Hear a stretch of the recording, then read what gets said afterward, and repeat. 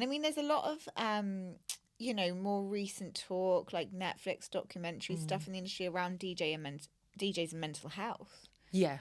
Yeah. Like, how do you have anything to say on that topic? I know it's a Yeah. broad question. I think it's so good that we are talking about it because DJing as a career can be very, obviously, like I mentioned earlier about, the volatile hours, sleep patterns can be out of the window, you're fighting against your body clock, a lot of stress, a lot of pressure to get from gig to another, planning, preparing. Like people don't understand how much goes into the set before I do the set. Yeah. Planning the music, doing your homework on the event, the audience, where it is, planning your logistics, how to get there, how to get away. Do I have to get a hotel? Do I have to get the train, plane? How much does it cost? Am I covered? All of that stuff. Yeah. So that's there. And then you're quite alone, to be honest. You are your business, unless you are part of a DJ duo or something like that. You're usually traveling on your own,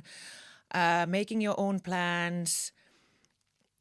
Or like me, if I don't have a manager who comes with me, I don't have a manager at all. So, there's a lot of pressure there and expectation, superstar DJ, people, you have to look good. You have to think what you're wearing. You're not behind that curtain, you are not. So there's so many elements to think about. So mental health easily can crumble. Yeah. Not only because you are under pressure. No, you are still doing what you love. That's your passion. But when you're tired and you have to travel and then you have a gig, you don't have time to sleep and you have to give it your all, that energy, that happiness, the smiles. You're almost, sometimes it's like that. Yeah. Sometimes you have those gigs. So it's a lot to be put on one person. Yeah, so you do have to take care of yourself or the body will tell you so. It will, it will cut the game. Yeah. And I guess in our industry too, there's a lot more exposure or possibility of drug taking or drinking alcohol or any use of substance to support that lifestyle. Survival. And survive, actually stay awake. Yeah. And keep the party going, keep your vibe live. Yeah. I mean, and that naturally over time may also impact your mental health. Yeah, absolutely. Absolutely. I mean, these are chemicals that do not belong in your body.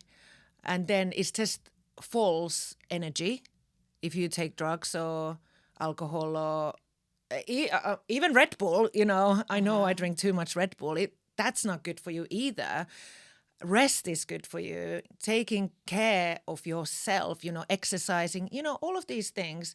Having some me time, having some downtime. These are the natural drugs that will work the best. Otherwise, it's false. And so if you do use drugs or get into that cycle, then at some point, again, you come to the same thing. The body will cut the game out. Yeah. And then it will impact your career most likely even more because you are hospitalized in the worst case scenario, or, you completely lose your focus. You don't remember anything anymore.